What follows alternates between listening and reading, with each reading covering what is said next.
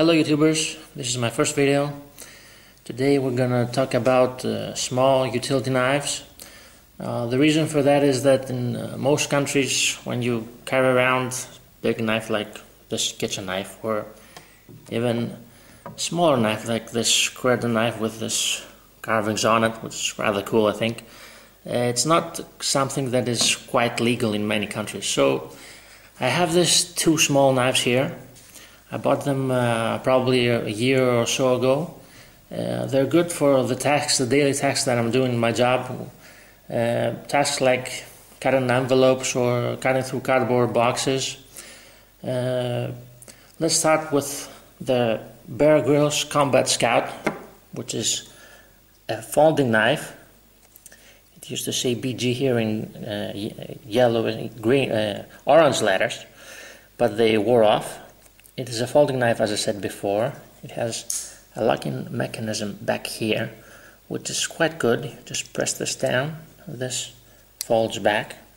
Now this knife is rather small. It's, I don't know if you see it here, it's probably 7 to 8 centimeters when it's folded, and it is rather thin also. So it fits very well in every pocket.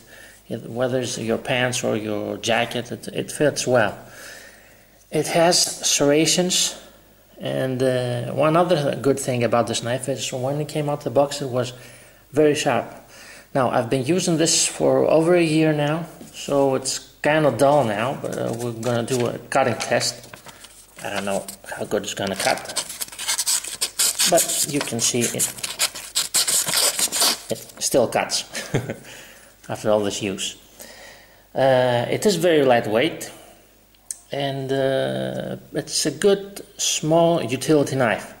Now the main drawback for me, at least, about this knife, it's probably its handle. Now I'm 6'1", and when I grab the knife, I put my thumb up here, but you see my little finger here doesn't support anything, doesn't hold to anything. So if you do this motion like this, stabbing or sawing motion, it doesn't feel very comfortable. Well, you have the thumb up here, but I would prefer that it would have a bigger handle, just for my hands.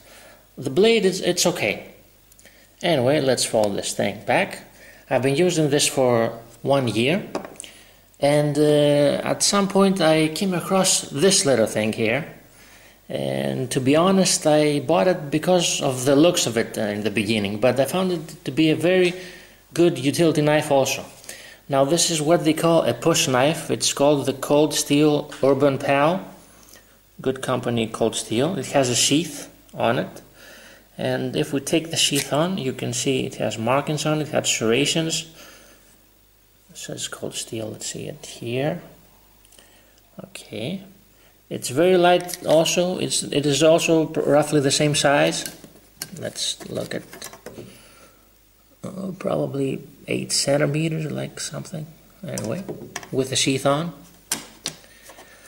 And the pros of this knife are, first of all, personally I think it's a very cool looking knife. And the next best thing about this knife, it's grip. I mean, it has a very good grip. It will not fall off your hands in any case, and if you were doing this motion, trying to cut through an envelope or through a cardboard box, I mean, it's very good.